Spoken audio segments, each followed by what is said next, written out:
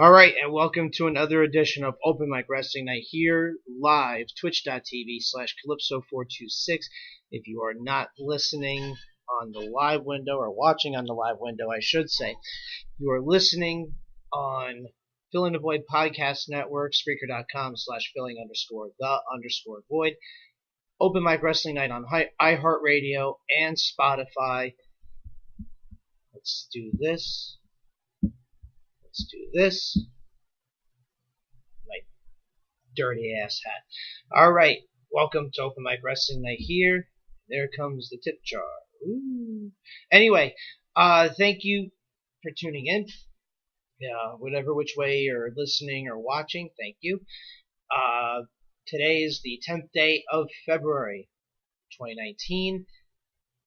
Let me just read through all these really quickly here. SquaredCircleApparel.com. Use the code OMWN15 for 15% off your entire purchase on the website. Obviously, Filling the Void Podcast Network. I had just explained that. Spreaker.com/filling_the_void. And PWP, Powerhouse Nation. I am, like I said on Thursday, I am working on a piece to get that posted real soon. Hopefully, we'll get that going very shortly. So, okay, had a good weekend over here. Went over to NXT Poughkeepsie, and it was interesting because my friend John had an extra ticket, and he's like, "Hey, you want to go?" Sure. Truth be told, I completely forgot. Completely forgot that on the day of, and like, oh, this is good. Anyway, wound up going and had a great time. I haven't been to a WWE live branded show in probably the last time, probably the Raw after WrestleMania 29. That was probably the last live one. Is that right? Yeah, that's the last one that I've been to. 2019, that's this year. I can't even remember the year that was. 2013, I think. Anyway, yeah. So it's been a long time since I've been to a WWE branded live event, whether it be for TV, house show. House show, it's been longer. I think the last house show I went to was probably somewhere in the Garden. But some show in the Garden, which is good. It's always good to see a show out in the Garden, and I'm not going to be seeing the Ring of Honor one because, well, tickets sold out real quick, and even if tickets didn't sell out, obviously I'm glad I didn't purchase the tickets because I have no idea what I'm getting into going with the Ring of Honor show at the Garden with no Cody, the Bucks, Omega, any of them. But at this show, I didn't know what to expect, what kind of things that they would do beforehand, afterward. It was very much, and I'm not complaining about this, I'm just making observations. It was very indie-like, where the crew gets you involved to do stuff at the show. They showed clips of Balor's NXT debut, in which they played some of the clips of the match. Fans got to vote on it, through, I think, the hashtag NXT Poughkeepsie. And they played that a little bit. And it was a nice small venue, the Mid-Hudson Civic Center. It was really very nice. And we got there like an hour 45, or like 45 minutes before showtime. And we met up with somebody that he knows. I finally met him for the first time, this guy Tom. And we were BSing for a little bit.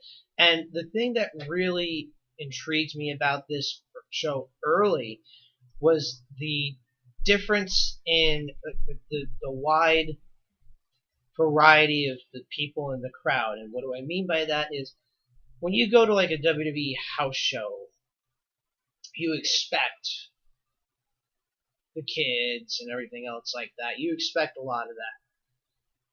I didn't expect the amount of kids that were there, which was cool. You had the smart-ass marks that were there. You had, the good fans. It was just a whole different bunch of people, and I couldn't help but think, because the one thing that annoys the crap out of me with a lot of these shows, and I'm sorry, it's just a personal thing. I can't stand it when fans bring championship belts to these shows, because you look at it and it's like, oh well, I like to go with the thing that Jordan Grace always teases about, and I think she actually did it at a show recently. Hey, you're bringing a championship belt to the show, you should have to defend it. I always think of that now. But listen, I'm sure there's personal reasons for these people to bring the belts to the shows. But if I'm spending $350 on a replica belt, I'm keeping that shit at home. Because, A, if I lose it, I'm going to be pissed that I'm out now a $350 replica belt. While it's cool, because, like, I guess for some people it's like a self-esteem thing, or I don't know, I don't get it. I probably should have asked one of the people that were kind enough to let other people pose for pictures with his replica NXT North America Championship. Don't get me wrong, very cool looking belt. And I haven't bought a replica belt. I mean, I don't. I have one. I don't even know where the hell it is. It's the old school WWF Championship. After the one right after the Winged Eagle. And I have that somewhere. But that I also bought, oh God, 10, 14, 15, 16 years ago. So I haven't bought a replica belt in God knows how long. For me, it's like, why? I don't get it. But for the fan that likes that kind of stuff, I guess I get it. But at the same time, man, I don't get bringing them to shows. I understand being a collector of wrestling memorabilia and wrestling items. You want that piece. And I get it. I'm just not a collector in that way. I don't know.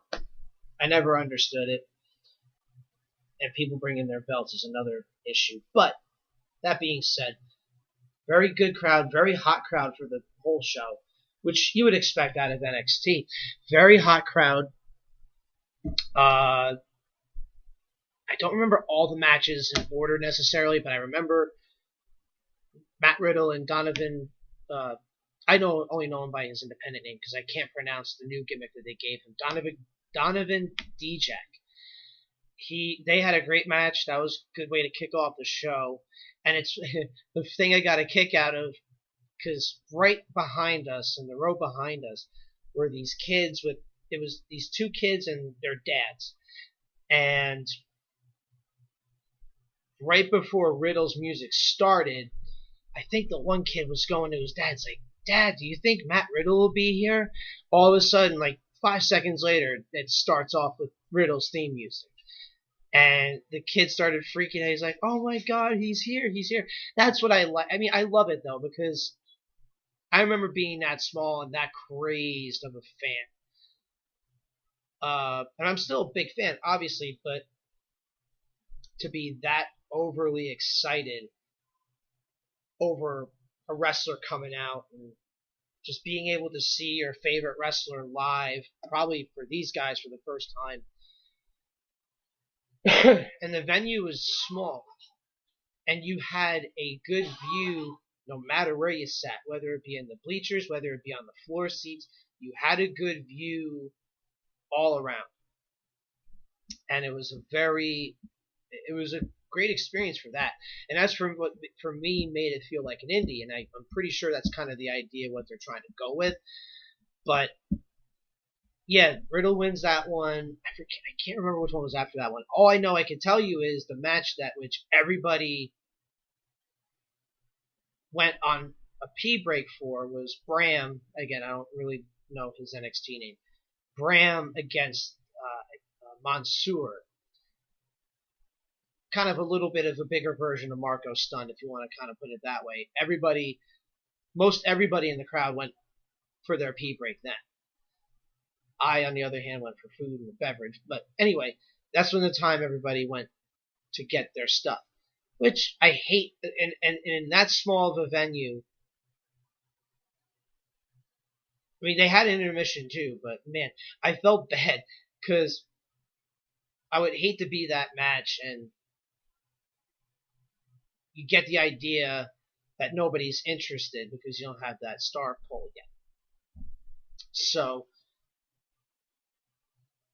but, most of us had to get up and stretch the legs. After that match was over, I know it was War Raiders versus the other two members of the Forgotten Sons for the tag titles. That was a good match, too. Some very good spots. The two members of Forgotten Sons and Hanson doing a cartwheel spot in the middle of the match. I mean, when you look at it on camera, Hanson and Rowe, there's still a size difference between them, but man, they're big dudes in person. And we didn't have bad seats at all. I mean, like I said, in that venue, you really couldn't have bad seats. Let's just be honest. But it was really impressive how big they were. What were the other matches? Cassius Ohno versus Ricochet, which was really good. Someone had said that Ricochet had gotten hurt the night before in Tom's River. I'm not sure. I mean, the guy that I was with, he said, he's probably hurt because he finished it with 3 standing shooting star presses in a row to get the cover, and Ohno was in control most of the time. They didn't do anything too risky, which I wouldn't expect anyway, considering it's a house show. Very solid match. And again, that's kind of the thing where it's like, if you're going to do a WWE live show, I'm not expecting the 6:30 out of Ricochet. You know what I mean? Like, I expect that for TV, for for takeovers, for bigger events, not an NXT live house show for a couple hundred people. I'm not expecting that, and I wouldn't expect that out of them. So that's at least that. And now let's see, Candice LeRae versus Deonna Purrazzo. That was another match I was on there. Really, that was a very solid match. Purrazzo, always a solid worker. And Deonna Purrazzo, again, another one that